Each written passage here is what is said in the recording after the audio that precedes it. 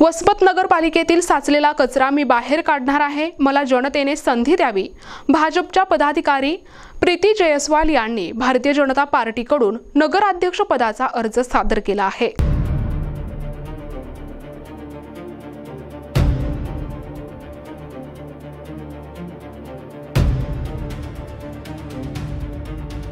गेल्या 30-35 वर्षांपासून 2 ते 4 लोकांच्या भोवती ही नगरपालिका फिरती आहे, ते कुठेतरी थांबलं पाहिजे। आणि नगरपालिकेचंच नाही तर शहराचा कचरा काढण्याचे काम आम्ही करणार आहोत, असे त्या NTV मराठीशी बोलताना म्हणाल्या। शहरातील नागरिकांना स्वच्छ पाणी, स्वच्छ रस्ते व मूलभूत गरजा आम्ही देऊ, त्यामुळे जनतेने एकवेळेस संधी द्यावी, असेही त्या बोलताना म्हणाल्या। आज मी उपविभागीय कार्यालय या ठिकाणी भाजपा पक्षातर्फे उमेदवारीचा अर्ज दाखल केलेला आहे आणि नगराध्यक्ष पद हे सर्वसाधारण महिलेला सुटलं असल्यामुळे मी नगराध्यक्ष पदासाठी इच्छुक आहे आणि त्याचमुळे आज कार्यकर्त्यांसोबत या ठिकाणी अर्ज दाखल झालेला आहे। वसमत मध्ये बऱ्याच वर्षापासून जे काही घोटाळे सुरू असतील नगरपालिकेमध्ये आणि अजून इतर ठिकाणी, तर हे सगळे घोटाळे या ठिकाणी थांबले पाहिजे आणि एक सक्षम महिलेला या ठिकाणी जनतेने संधी दिली पाहिजे आणि त्यासाठी मी या रिंगणामध्ये नगराध्यक्ष पदाच्या उतरत आहे। नेमक्या आपला अजेंडा काय असणार आहे या नगरपालिकेच्या निवडणुकीसाठी?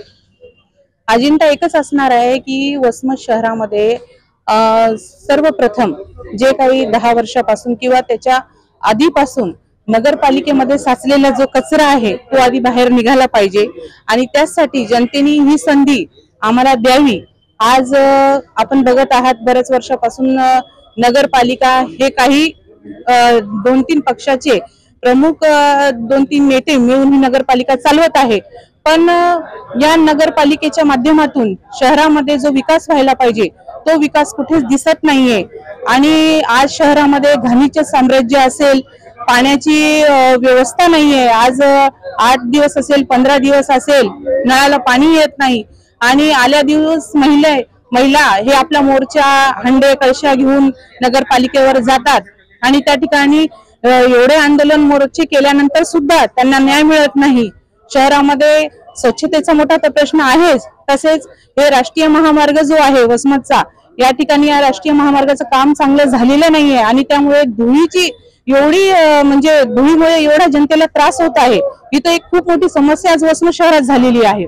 तर हे सगळे जे वसमत शहरातल्या जे अडचणी आहेत त्या इथं सोडवल्या गेल्या पाहिजे असं माझा उद्देश आहे आणि त्याचमुळे एक सक्षम महिलेला या ठिकाणी नेतृत्व करण्याची संधी जर जनतेने दिली तर खरंच वसमत शहरामध्ये चांगला विकास होईल आणि विकासाचा अजेंडा म्हणजे स्वच्छ वसमत शहर आणि इथं हरित वसमत शहर असं झालं पाहिजे असं मला वाटतं।